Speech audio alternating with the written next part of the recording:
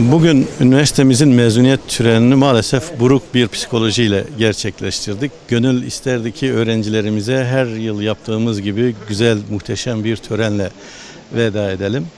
Ama tabii ki biz sonuçta insanız, hayat sürüp devam ediyor. Bu hayatın içerisinde bazen hüzünlü zamanlar olur, bazen sağlık problemleri olur, bazen mutlu olduğumuz zamanlar olur.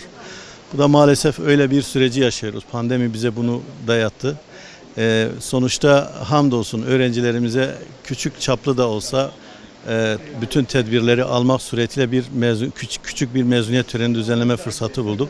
İnşallah bu son böyle buruk mezuniyet töreni olur. Bundan sonraki törenler daha güzel, daha kapsamlı, daha geniş olur. 2016 yılından Suudi Arabistan'dan buraya geldim. Bilgisayar mühendisliği okumaya. İlk geldiğim zaman hani bu kadar bilgili ve donanımlı çıkacağımı hiç düşünmüyordum. Hani dili bilmediğim bölgedir ve dil eğitimi de bilmiyordum. Yavaş yavaş her şeyi öğrendik ve beklediğimden daha fazla iyiydi. Hocalarla birlikte oğul baba ilişkisi vardı gibi.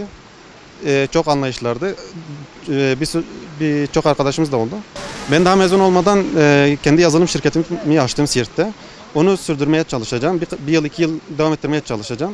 Umarım iyi yere gelir. Gelse de gelmese de hani büyük ihtimal bir yerlerde çalışacağımıza inanıyoruz. Daha farklı bir yerde de kursam hani buradan daha donanımlı çıkacağımı hiç düşünmüyorum. Hani kesinlikle tavsiye ediyorum burada özellikle uluslararası öğrencilerin okumasını. İş ya da bilgi derdi kesinlikle olmasın. Hani daha mezun olmadan birçok yerden iş teklifi geliyor. Kendi şirketimizi biz kurduk.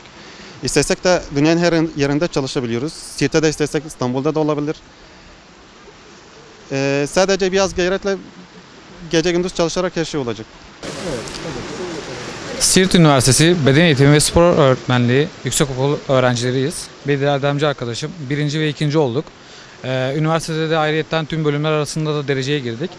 Yani bugünün mutluluğunuzu gerçekten kelimeler yetmez anlatmaya. Üniversitemiz gerçekten çok güzel bir üniversite.